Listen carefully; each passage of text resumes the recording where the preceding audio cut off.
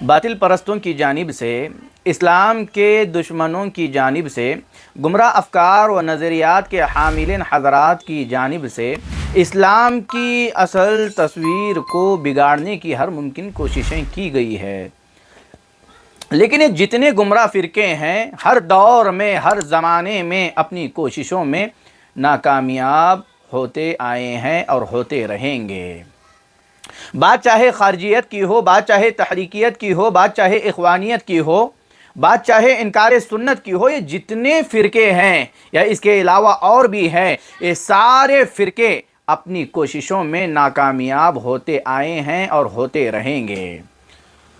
اخوانیت، تحریکیت، خارجیت یا اس کے علاوہ جتنے فرقے ہیں، سب سے پہلے یہ فرقوں کی جو اصل جو ٹارگٹ ہوتا ہے، کیا کرتے ہیں؟ کسی بھی قوم کے اندر، کسی بھی جماعت کے اندر جو خوبی ہے، جو امتیازی خوبی ہے، جو وصف ہے، اس پر وار کرنے کی کوشش کرتے ہیں۔ ایک فرقہ ایسا ہے جو علماء سے بدظنی دلائے گا اور علماء سے دور کرے گا۔ جب وہ علماء سے عوام کو دور کرے گا تو بڑی آسانی کے ساتھ عوام کو اچک لے گا اور اپنے غلط نظریات و افکار کو عوام میں داخل کرے گا۔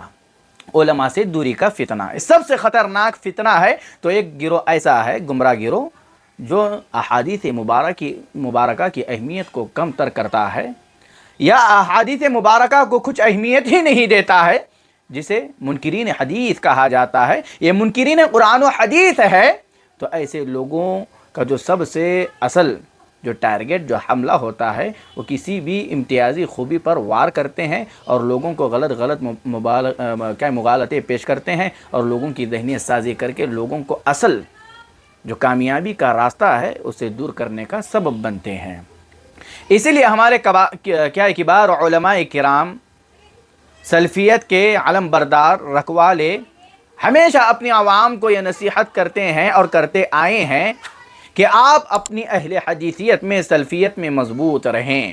آپ اپنی اہل حدیثیت میں، سلفیت میں جتنا مضبوط رہیں گے، جس قدر مضبوط رہیں گے، آپ اسی قدر فتنوں سے، فرقوں سے، گمراہ افکار و نظریات سے اپنے آپ کو، اپنے دامن کو بچاتے رہیں گے۔ اگر آپ کی اہل حدیثیت کمزور ہے، اگر آپ کی سلفیت کمزور ہے، تو بڑی آسانی سے کوئی بھی شخص آپ کو گمراہ کر سکتا ہے، کوئی بھی شخص بڑی آسانی سے آپ کو کتاب و سنت سے دور کر سکتا ہے، کیونکہ آپ کی اہل حدیثیت مضبوط نہیں ہے، آپ کی سلفیت مضبوط نہیں ہے، آپ کے روابط علماء کرام سے مضبوط نہیں ہے، تو بڑی آسانی سے آپ کسی بھی فرقے کا شکار ہو سکتے ہیں۔ کوئی آ کر کے کہے گا آپ سے کہ آپ اہل حدیث، اس جماعت کا جو یہ نام ہے، یہ قرآن و حدیث سے ثابت کرو، آپ پریشان ہو جائیں گے۔ ہاں واقعی بھائی، قرآن و حدیث سے ثابت کیسے کریں گے اس کو؟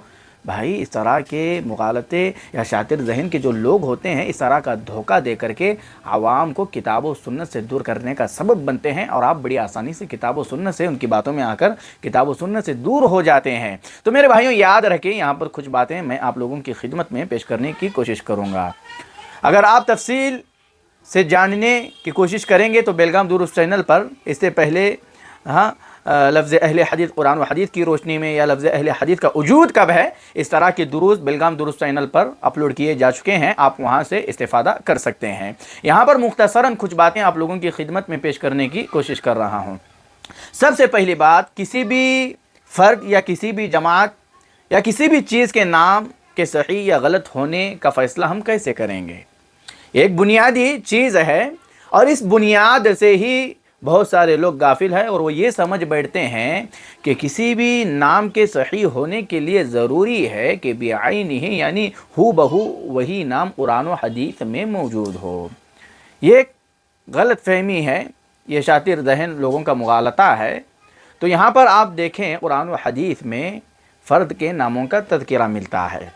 رب العالمین نے قرآن مجید میں کہا، فَلَمَّا قَضَى زَيْدٌ مِّنْهَا وَطَرًا زَوَّجْنَاكَهَا، پھر جب زید نے اپنی حاجت پوری کر لی۔ تو اس آیت کریمہ میں آپ غور کریں گے تو آپ کو فرد کے نام کا ذکر مل رہا ہے۔ احادیث مبارکہ آپ دیکھیں، وہاں بھی آپ کو افراد کے ناموں کا تذکرہ ملے گا، لیکن یہاں پر یہ بات آتی ہے کہ کسی بھی نام کے صحیح یا غلط ہونے کا فیصلہ کیسے کر سکتے ہیں؟ دو صورتیں ہیں، کیا ہر وہ نام غلط ہوگا جو قرآن و حدیث میں موجود نہیں ہے، یا ہر اس نام کو غلط کہیں گے جو قرآن و حدیث کی تعلیمات کے خلاف ہو؟ تو دوسری صورت پر عمل ہوگا کہ ہر وہ نام غلط ہے، جو قرآن و حدیث کی تعلیمات کے خلاف ہے۔ یعنی اگر کوئی نام قرآن و حدیث کی تعلیمات کے خلاف ہو تو اس نام کو غلط کہا جائے گا۔ یہ دیکھا نہیں جائے گا کہ وہ نام قرآن و حدیث میں موجود ہے یا نہیں، یہ دیکھا جائے گا اگر وہ نام قرآن و حدیث کی تعلیمات کے خلاف ہے تو اس نام کو غلط کہا جائے گا۔ اب آئے دن دیکھیں بچے بچیوں کے نام رکھے جاتے ہیں معاشرے میں، سوسائٹی میں۔ جب بچے بچیاں پیدا ہوتی ہیں تو لوگ علماء کرام کی طرف رجوع کرتے ہیں اور علماء سے پوچھتے ہیں کہ کوئی اچھا نام ہمارے بچے کا رکھے یا بچی کا رکھے، تو علماء کرام اچھے نام رکھا کرتے ہیں۔ ہر اس نام کو صحیح کہا جائے گا جو قرآن و حدیث کی تعلیمات کے خلاف نہ ہو۔ اگر نام قرآن و حدیث کے تعلیمات کے خلاف نہیں ہے اور وہ نام قرآن و حدیث میں ہو بہو ویسے ہی موجود بھی نہیں ہے تو اس نام کو صحیح کہا جائے گا۔ شرط کیا ہے؟ وہ نام قرآن و حدیث کے تعلیمات کے خلاف نہ ہو۔ ایسے کیوں؟ فرد کے نام کے مسئلے میں ایسے کیوں ہے؟ تو دیکھیں نبی صلی اللہ علیہ وسلم کے زمانے میں ایسے ہی ہوا کرتا تھا کہ ہر اس نام کو صحیح کہا جاتا تھا جو قرآن و حدیث کے تعلیمات کے خلاف نہ ہو۔ اگر کوئی بھی نام قرآن و حدیث کی تعلیمات کے خلاف ہے تو اس نام کو تبدیل کر دیا جاتا تھا۔ اب آپ کو معلوم ہو گیا کہ فرد کے ناموں کا تذکرہ قرآن و حدیث میں ملتا ہے، اور ہر اس نام کو ہم صحیح کہیں گے جو قرآن و حدیث کی تعلیمات کے خلاف نہ ہو، گرچہ وہ نام قرآن و حدیث میں موجود نہ ہو۔ اگر وہ قرآن و حدیث کی تعلیمات کے خلاف نہیں ہے تو اس نام کو صحیح کہا جائے گا۔ اگر وہ نام قرآن و حدیث کے تعلیمات کے خلاف ہے تو اس نام کو غلط کہا جائے گا۔ اس بات کو اپنے ذہن میں رکھیں۔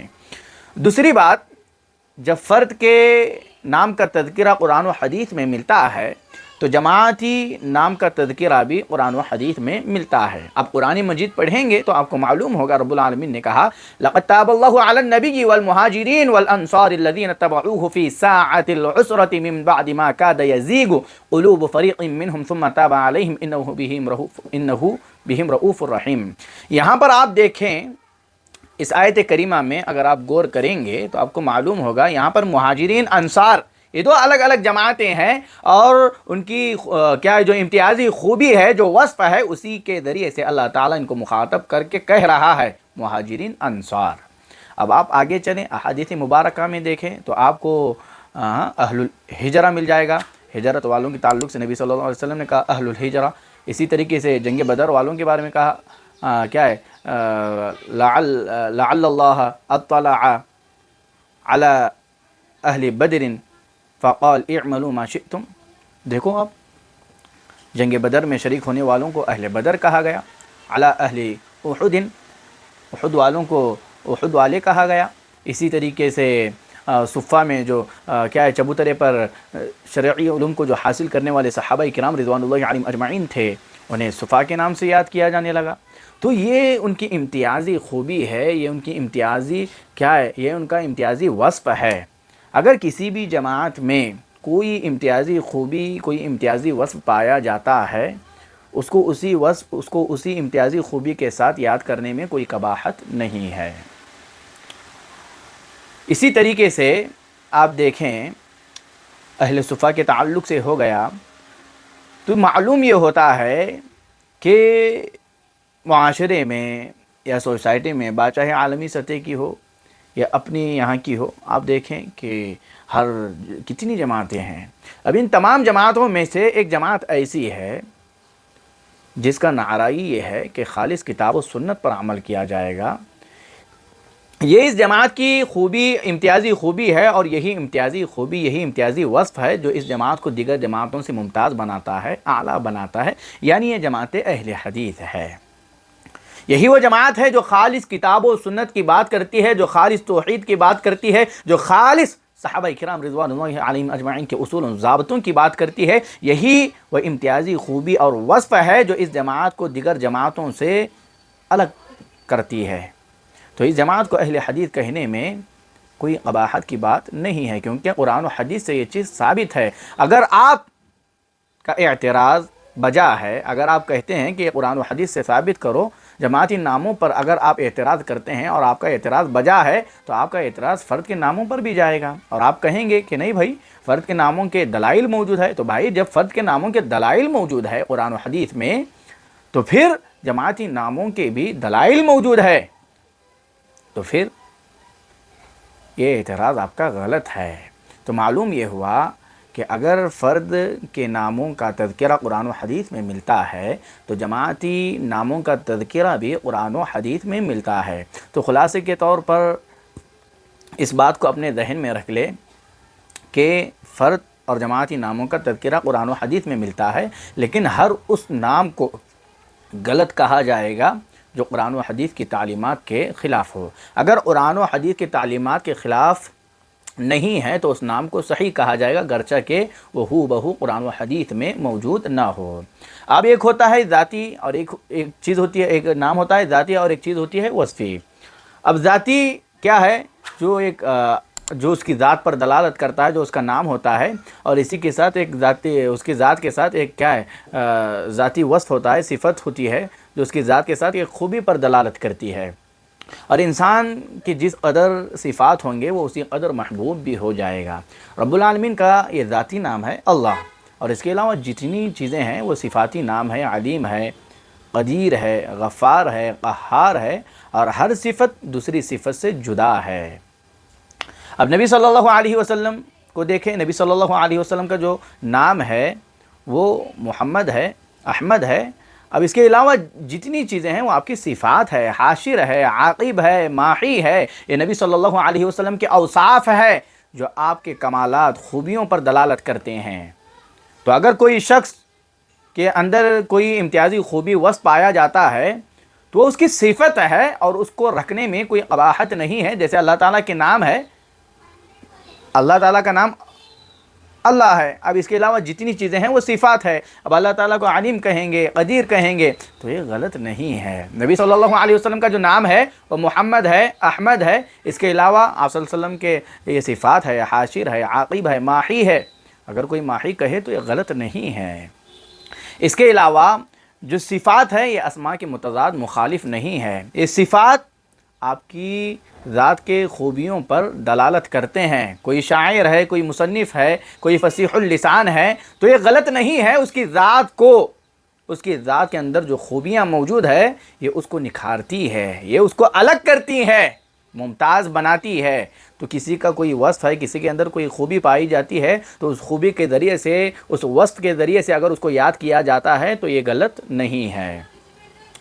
فتنے ابھرتے ہیں اور فتنے ابھرتے رہیں گے، تو ان فتنوں میں اپنے ایمان اور عقیدے منہج کی حفاظت کیسے کرنی ہے یہ اصل ہے۔ آپ دیکھیں، خلاصے کے طور پر میں یہی کہوں گا کہ ہم کفر کے مقابلے میں مسلم ہے، اور ہم رائے قیاس کے مقابلے میں اہل حدیث ہے، بدعات رفض کے مقابلے میں ہم اہل سنت ہے، اور جنہوں نے صحابہ کرام رضوان اللہ علیہم اجمعین کے راستے کو چھوڑا ہے ان کے مقابلے میں ہم سلفی ہے۔ تو یہی کچھ باتیں تھیں جو میں نے آپ لوگوں کی خدمت میں پیش کی ہے۔ اللہ تعالیٰ سے دعا کرتے ہیں کہ جو کچھ باتیں کہی گئی ہے اللہ تعالیٰ مجھے اور آپ کو ان باتوں پر عمل کرنے والا بنائے، آمین۔ اور اللہ تعالیٰ مجھے اور آپ کو کتاب و سنت کو صحابہ کرام رضوان اللہ علیہم اجمعین کے اصولوں ضابطوں پر سمجھ کر کے عمل کرنے والا بنائے، آمین۔ وآخر دعوانا ان الحمد للہ رب العالمین۔